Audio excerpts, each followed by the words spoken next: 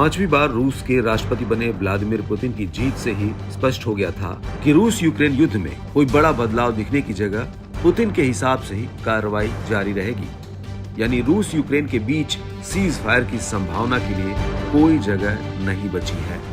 Putin की वापसी के बाद रूस ने यूक्रेन पर हमले और तेज कर दिए हैं। यूक्रेन की राजधानी कीव पर रूस ने बीते दिन यानी गुरुवार को बड़ा हमला किया है। रूस ने कीव पर एक के बाद एक दर्जनों क्रूज और बैलिस्टिक मिसाइलों से हमला किया।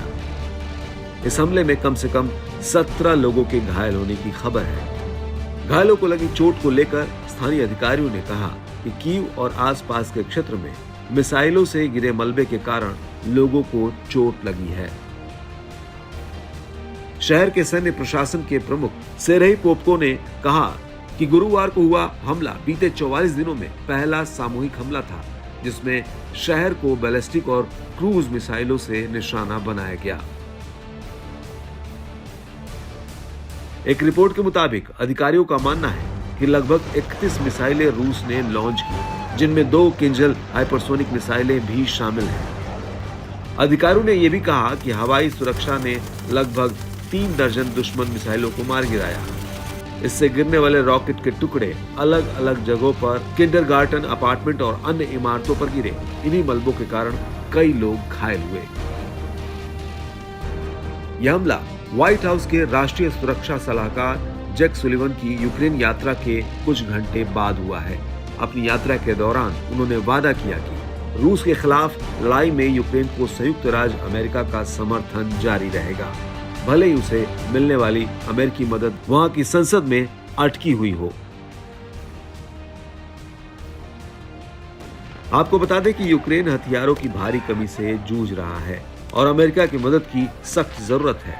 यूक्रेन के राष्ट्रपति व्लादिमीर जेलेंस्की से लेकर वहां के सैनिक तक लंबे समय से हथियार की कमी की बात खुलकर कह रहे हैं और अब आगे के मोर्चे पर तैनात यूक्रेनी सैनिकों ने भी गोला बारूद की कमी का अलार्म बजा दिया है और चेतावनी दी है कि वे वर्तमान परिस्थितियों में लंबे समय तक नहीं टिके रह सकते।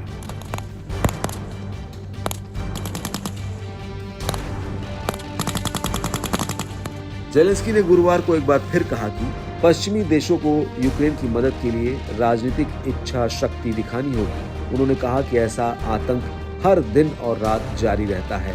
वैश्विक एकता के जरिए इसे समाप्त करना संभव है। इसके साथ ही उन्होंने पश्चिम से यूक्रेन के लिए और अधिक एयर डिफेंस सिस्टम भेजने का आह्वान किया। रूस की आक्रामकता से साफ है कि वो यूक्रेन को किसी हालत में बख्शने के मूड में नहीं है और एक एक कर उसके सभी इलाकों पर कब्जा कर लेगा। पुतिन जब एक बार फिर जीत गए हैं तो वो अपने उसी पुराने अंदाज में इस युद्ध को लड़ रहे हैं, जब उन्होंने कहा था कि रूस तब तक युद्ध जारी रखेगा जब तक वो अपना मंसूबा पूरा नहीं कर लेता।